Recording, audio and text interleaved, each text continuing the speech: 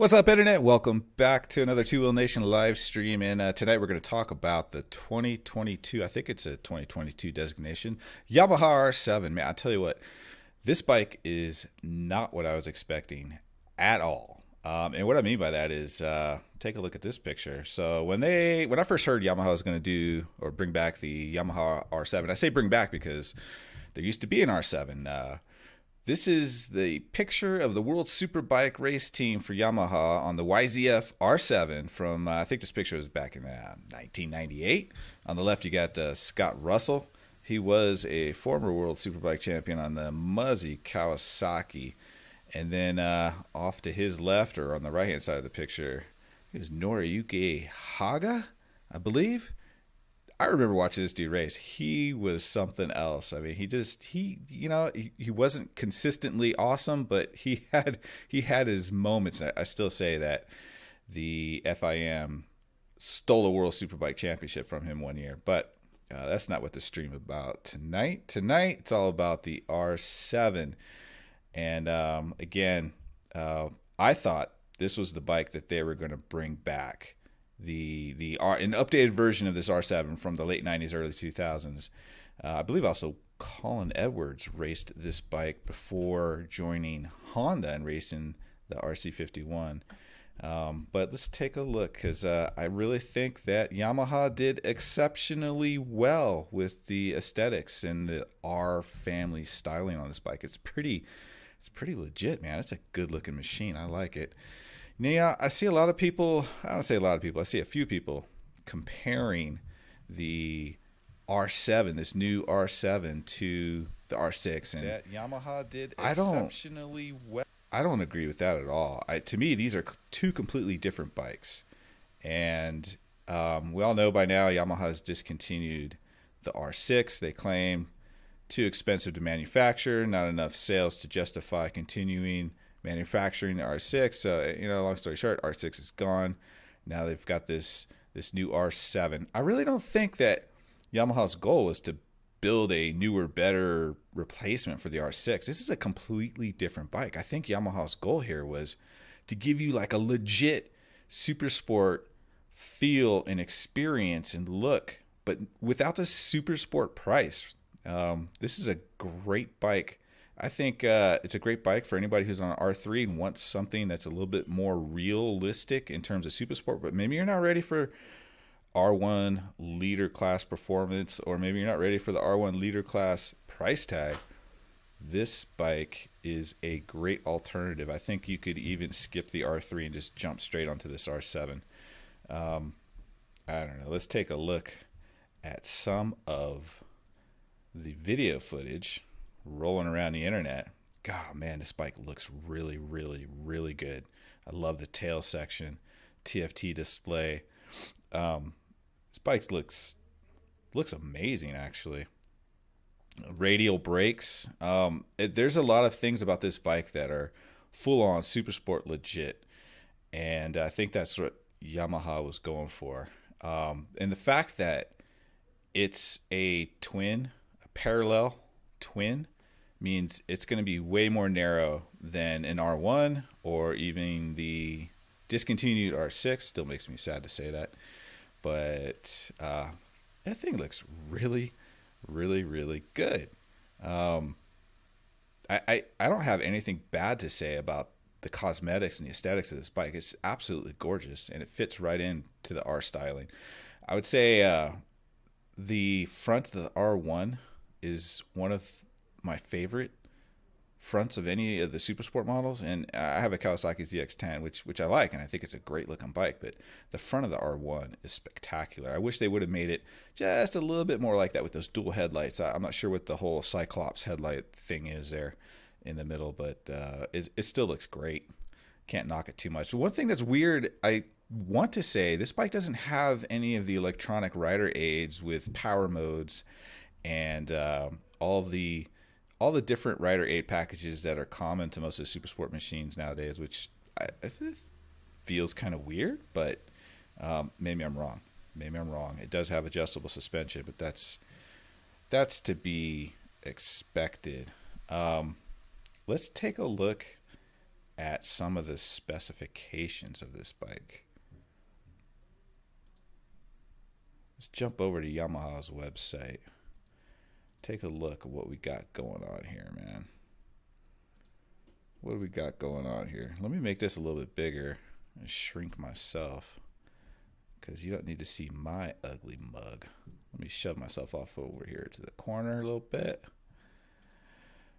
Let's get up close and personal with these specs, man. All right, so if you don't know, the engine in the R7 is essentially the MTOS parallel twin engine, the cross-plane 2-gen engine.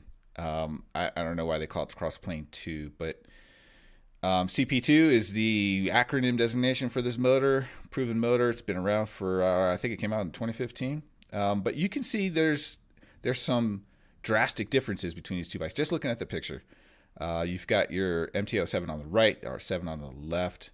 If you look at the exhaust, it looks like the same exhaust, especially the way the muffler's coming out.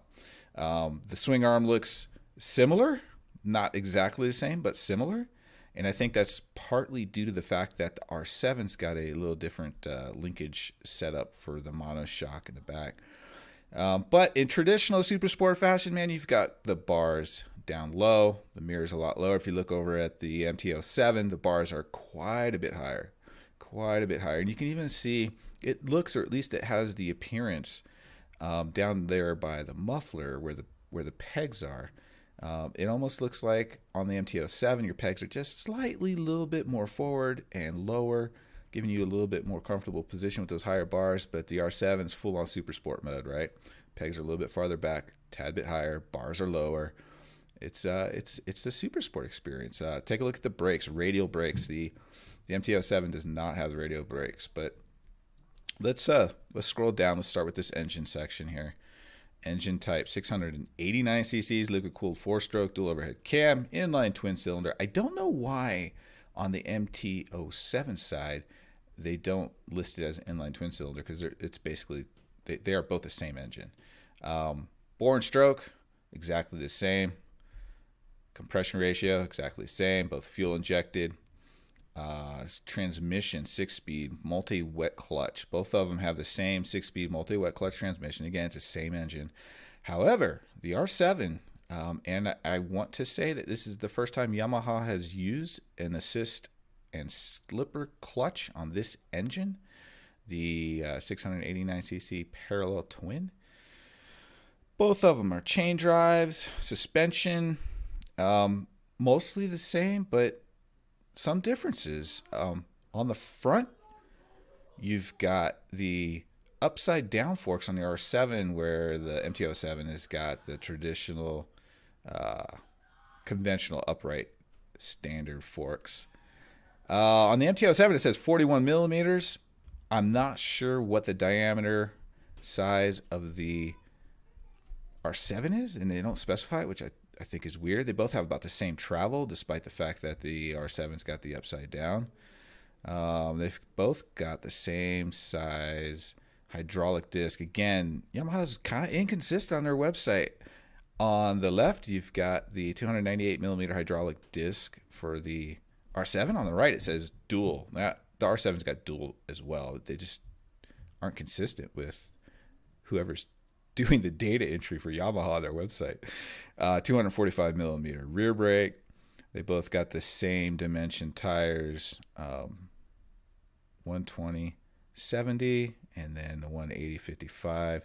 Bridgestone Battle Axe Hypersport E's. I think that E, I could be wrong on this. You guys, you might want to Google it. I'm not going to do it right here, right now, but I believe the E is the rating of the tire, Hypersport rating.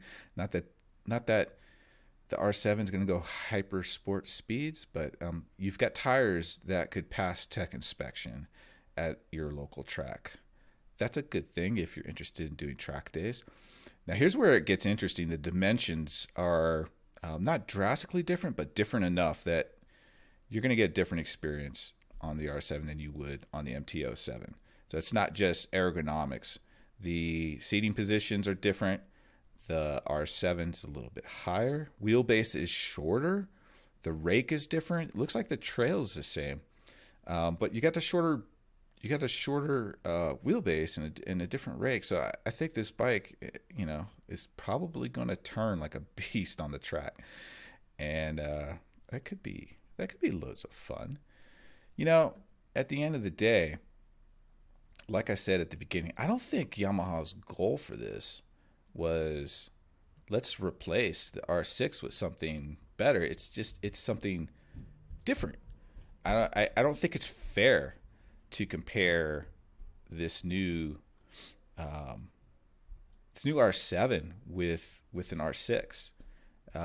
They're just completely different bikes, and you're going to get completely different experiences from those bikes. I think the real goal Yamaha was shooting for here was to give you a real legit super sport experience without the super sport price tag. Let's just jump back to that website one more time, because I forgot to show you the price tag. And what is the price tag, man? $9,000. I mean, it's pretty difficult to get, I think, the experience that this bike would give you for under $10,000. That's a hell of a cheap price to get into a pretty legit super sport experience.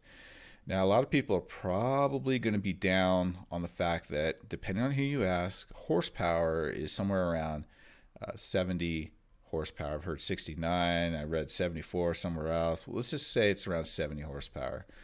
And that's a big difference from like a leader class bike or even a 750 or a 600 inline four.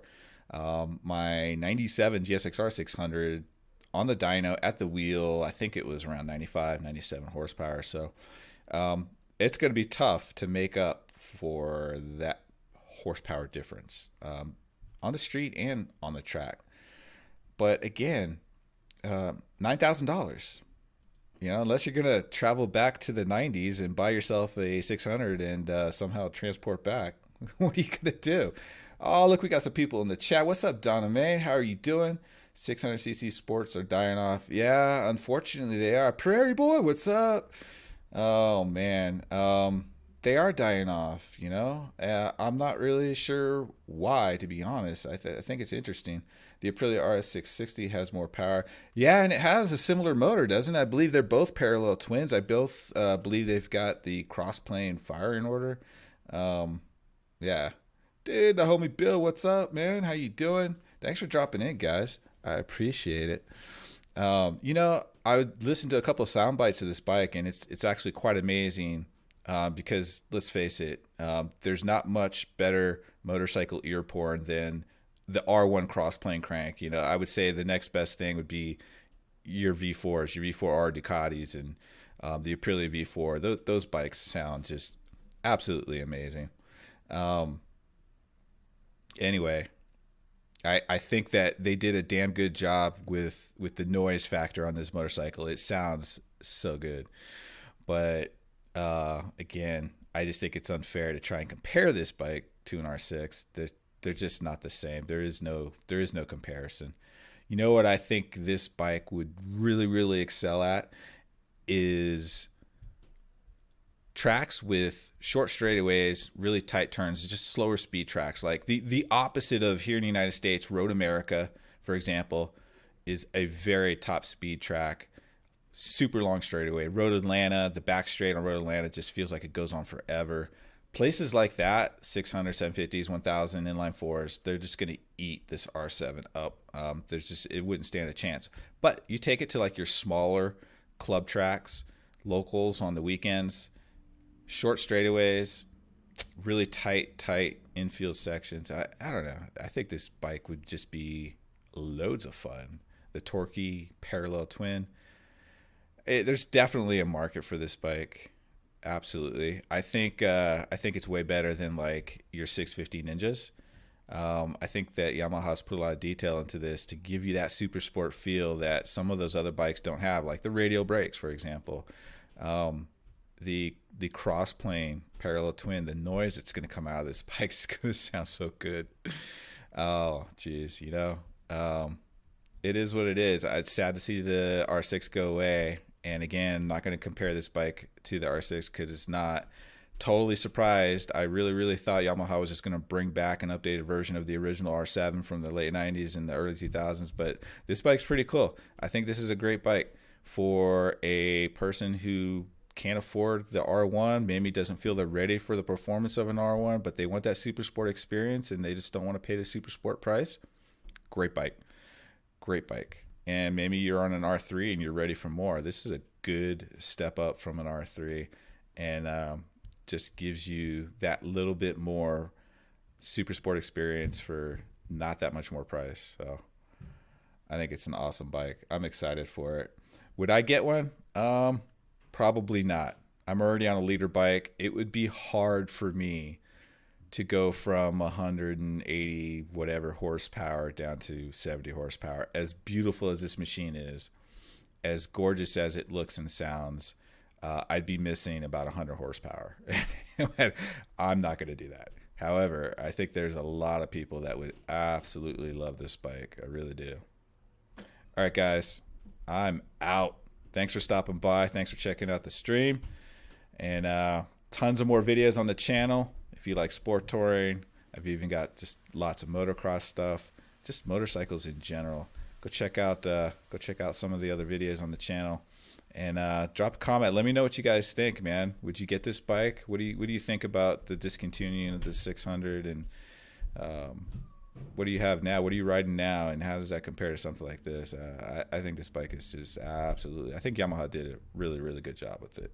And I was totally just caught off guard. I had no idea that they're going to make a super sport MT-07. Essentially, is what they did. And wow, it looks good.